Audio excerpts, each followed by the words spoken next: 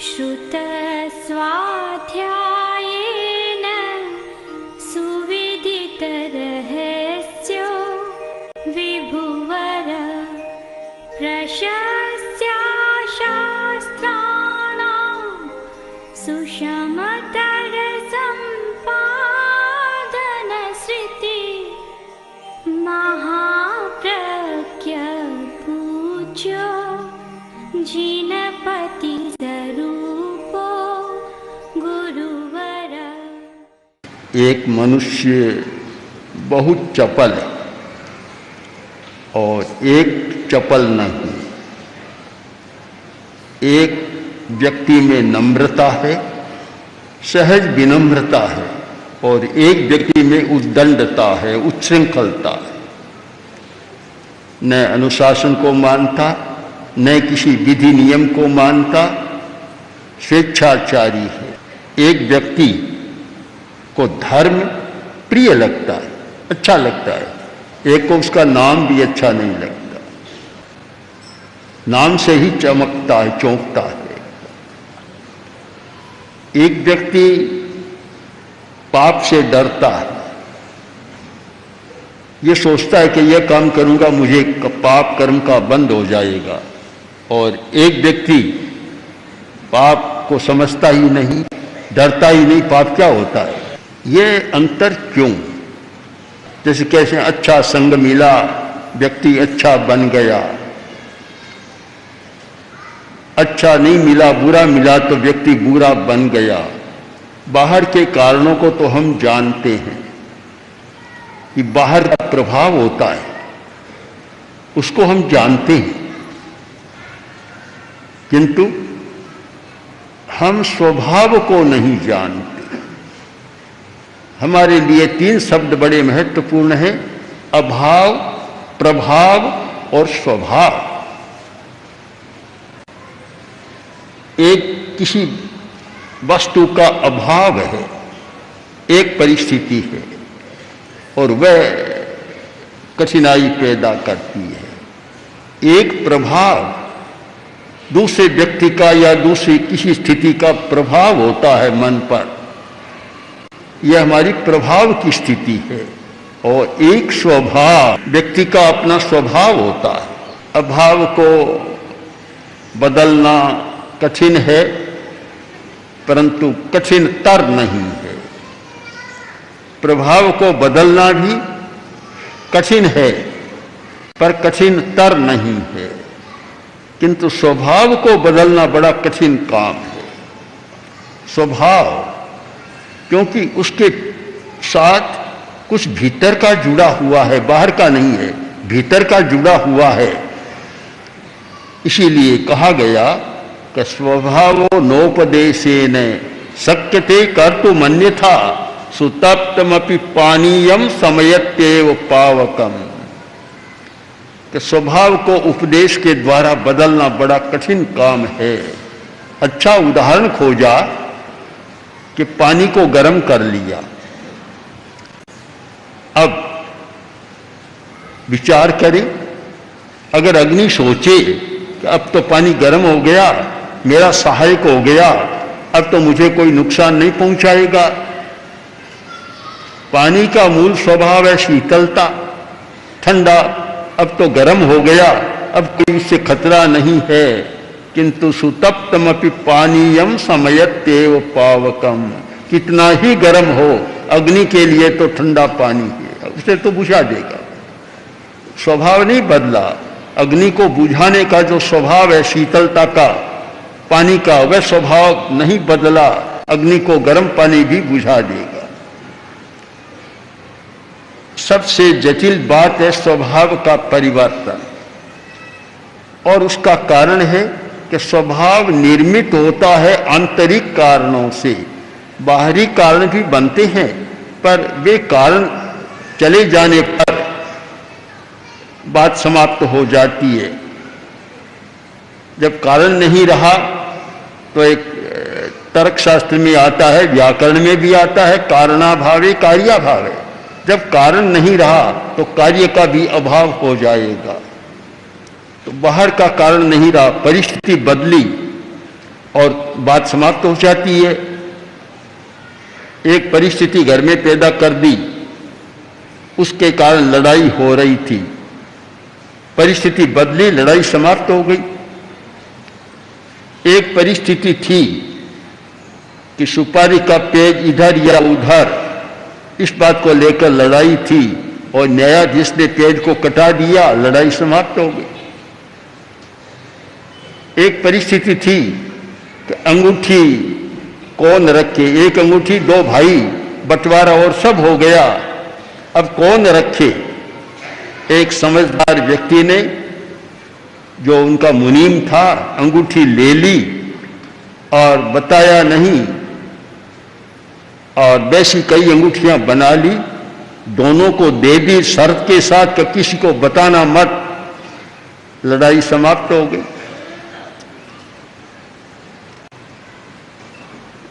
परिस्थिति की बात लड़ाई समाप्त हो सकती है। पंजाब के राजा रणजीत सिंह बहुत बड़े यशस्वी राजा थे, बड़े बुद्धिमान और इतने संभावी राजा।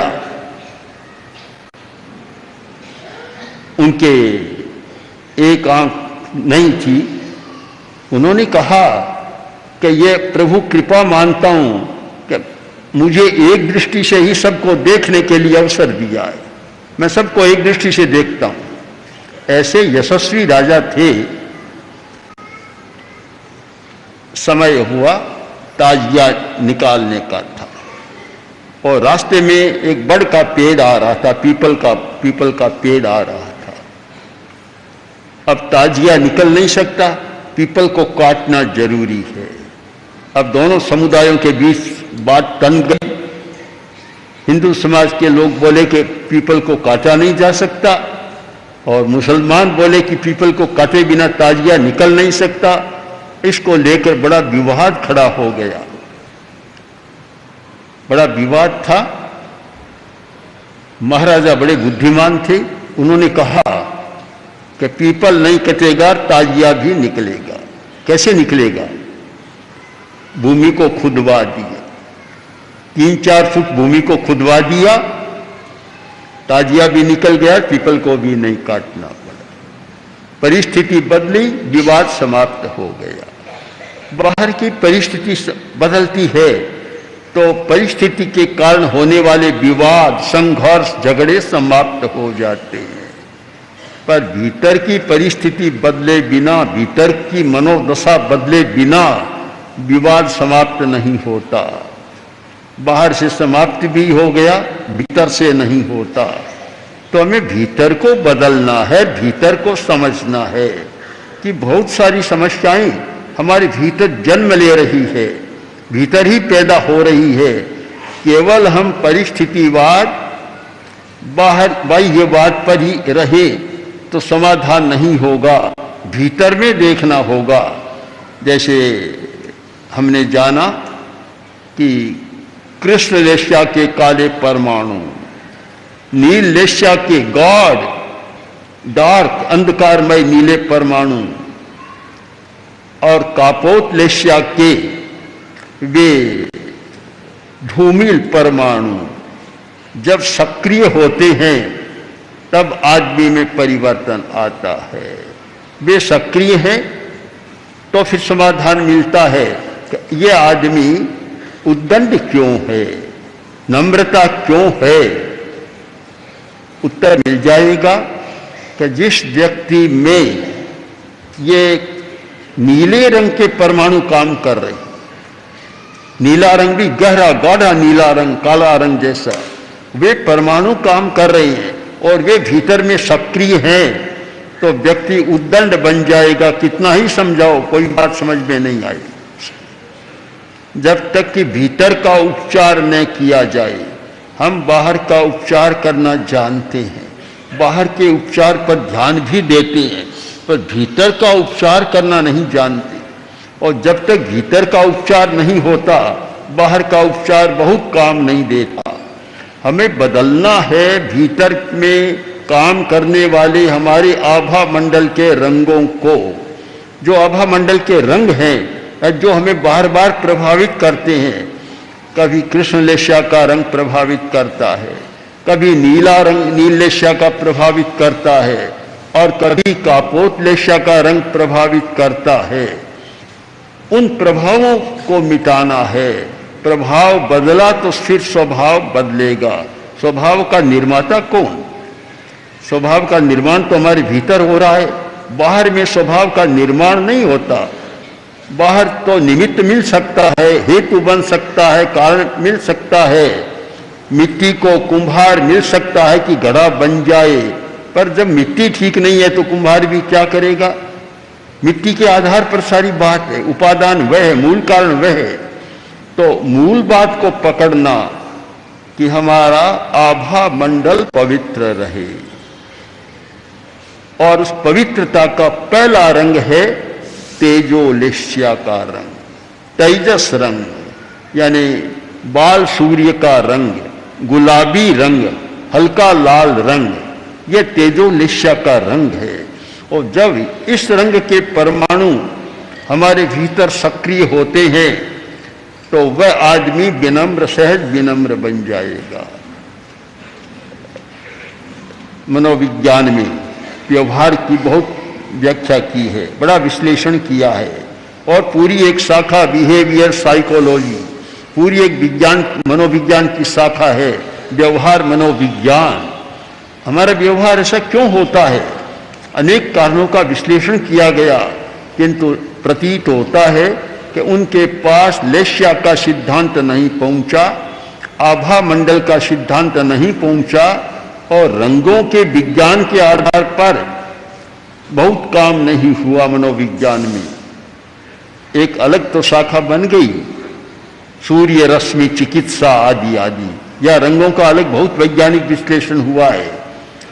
अगर हम रंगों का विश्लेषण करें तो पता लग जाएगा कि अगर हमारे आभा मंडल में तेजस रंग के परमाणु, ये गुलाबी या हल्के रंग के लाल या बाल सूर्य के परमाणु काम कर रहे हैं, सहज विनम्रता का विकास होगा। आजकल एक कैमरो बने जो आभा मंडल का फोटो लेते, बहुत विकसित कैमरे हैं, हमने देखा भी है। फोटो के आधार पर फिर सारा विश्लेषण होता है कि इस व्यक्ति के आभा मंडल में कौन सा रंग ज्यादा प्रभावी है, कौन सा रंग ज्यादा काम कर रहा है। उसके आधार पर उसके पूरे जीवन का विश्लेषण किया जाता है। इस व्यक्ति में हिंसा की भावना रहेगी या कम रहेगी, इस व्यक्ति में लोभ लालच ज्यादा रहेगा या कम रहेगा, अहंकार ज्यादा होगा या कम होगा, और इस व्यक्ति का स्वास्थ्य अच्छा रहेगा या खराब होगा। ये सारा विश्लेषण उस आभा मंडल के फोटो के द्वारा किया जाता है। और ये सब जानते हैं, हर व्यक्ति के शरीर के साथ एक आभा मंडल है, और उस आभा मंडल को हम खुली आंखों से नहीं देख सकते, पर अगर कोई ध्यान में जाए तो वह अपने आभा मंडल को देख भी सकता है और अपनी प्रकृति का विश्लेषण भी कर सकता है। तो हमारा आभा मंडल किस रंग से प्रभावित हो रहा है? आभा मंडल में नीले रंग की अधिकता है या काले रंग की अधिकता है? किस रंग की अधिकता है, किसकी कमी है, इसके आधार पर सारी बातें जान ली जाती है। यह लेस्या का सिद्धांत बहुत पुराना सिद्धांत है, किंतु मानवीय व्यवहार के विश्लेषण के लिए, उसके अवबोध के लिए बड़ा महत्वपूर्ण है। तो ये तेजोलेस्या के परमाणु, बाल सूर्य के परमाणु हमारे लिए बहुत अच्छे सहायक बनते हैं, और वे परमाणु जब सक्रिय होते हैं तो विनम्रता, सहज विनम्रता आती है। उसे सिखाना नहीं पड़ता। कुछ व्यक्तियों को तो विनम्रता का पाठ पढ़ाना होता है, उनको विनम्रता का पाठ पढ़ाना नहीं, जन्म से ही विनम्र होते हैं, क्योंकि वे परमाणु काम कर रहे हैं। उनमें उद्दंडता नहीं आएगी। कोरा सारा भार चेतना पर लाद दे तो भी नहीं हो सकता, क्योंकि जीवन कैसे चलेगा? शरीर पुद्गल का है, वह पुद्गल के बिना कैसे चलेगा? धर्म से आपको रोटी नहीं मिल सकती। अगर कोई सोचे कि मैं 28 की तपस्या कर लूं, मैं सामायिक कर लूं, औषध कर लूं, मैं ध्यान कर लूं, प्रेक्षा ध्यान का अभ्यास कर लूं और रोटी मिल जाएगी, यह सोचना भी गलत होगा। रोटी मिलेगी खेती से, व्यापार से, कामकाज से मिलेगी। धर्म का काम अलग है। हमारा पुरुषार्थ अनेक दिशाओं में काम करता है, यानी अतिरेक कहीं भी होना अच्छा नहीं। बस धर्म करो सब कुछ हो जाएगा, मैं तो इसको गलत मानता हूं। सब कुछ नहीं होता। धर्म का जो काम है वह हो जाएगा। धर्म का काम है शांति, झगड़ा समाप्त होना, तनाव कम होना, आदि आदि, आत्मा की पवित्रता होना, ये धर्म के काम है। धर्म से हो जाएंगे। और रोटी मिलना, सारे पदार्थ मिलना, ये सारा व्यापार का काम है, पुरुषार्थ का काम है, उससे होगा। हम दोनों को मिलाए नहीं। इस अर्थ में आचार्य भिक्षु का दृष्टिकोण बहुत प्रशस्त है। उन्होंने कहा मिलाओ मत। सामाजिक आवश्यकताओं को समाज की सीमा में रहने दो और धर्म की बात को धर्म की सीमा में रहने दो। दोनों को मिलाओ मत। उन्होंने बहुत अच्छा उदाहरण की भाषा में कहा कि घी और तंबाकू को मिलाओ मत। दुकान में दोनों पड़े, दोनों ही बेचे जा रहे हैं, पर दोनों को मिलाओ मत, मिश्रण मत करो। आचार्य वह दिल्ली में विराज रहे थे। एक कार्यक्रम था, उसमें अनेक प्रबुद्ध लोग आए हुए थे। उनमें एक थे खुशवंत सिंह, जो हिंदी के बड़े लेखक हैं और हिंदुस्तान में उनका अलग कॉलम चलता है। मानो न मानो क्या कुछ चलता है उनका, खुशवंत सिंह का। वे आए हुए थे और भी कई साहित्यकार थे। मैंने जब वह उदाहरण दिया, उनको इतना अच्छा लगा कि उन्होंने फिर अपने उस स्तंभ में उसका उल्लेख किया, सारे कथानक को फिर से प्रस्तुत किया। हम मिश्रण न करें पदार्थ और आत्मा। आत्मा के नियमों को आत्मा के संदर्भ में समझने का प्रयत्न करें और पदार्थ के नियमों को पदार्थ के संदर्भ में समझने का प्रयत्न करें। आत्मा का अपना स्वतंत्र काम है, पदार्थ का अपना स्वतंत्र काम है। हम आत्मा को समझने का प्रयत्न करें। हमारा आंतरिक ज्ञान, हमारा सम्यक ज्ञान, सम्यक दर्शन, सम्यक चारित्र, यह सब हमारी चेतना के कार्य हैं। और चेतना को समझे बिना सम्यक दर्शन, सम्यक ज्ञान और सम्यक चारित्र का विकास नहीं किया जा सकता। आत्मा का अपना क्षेत्र है, वहां हम जाएं और जो आत्मा की सन्निधि में जाने से मिलता है उसका उपयोग करें। रात को 2 डॉक्टर आए, एक न्यूरो फिजिशियन, न्यूरो साइंस के, और एक शुगर की चिकित्सा करने वाले, डायबिटीज की विशेषज्ञ। उन्होंने कहा, डॉक्टर ने कहा कि हम कुछ समय के बाद अब अमेरिका जा रहे। मैंने पूछा क्यों?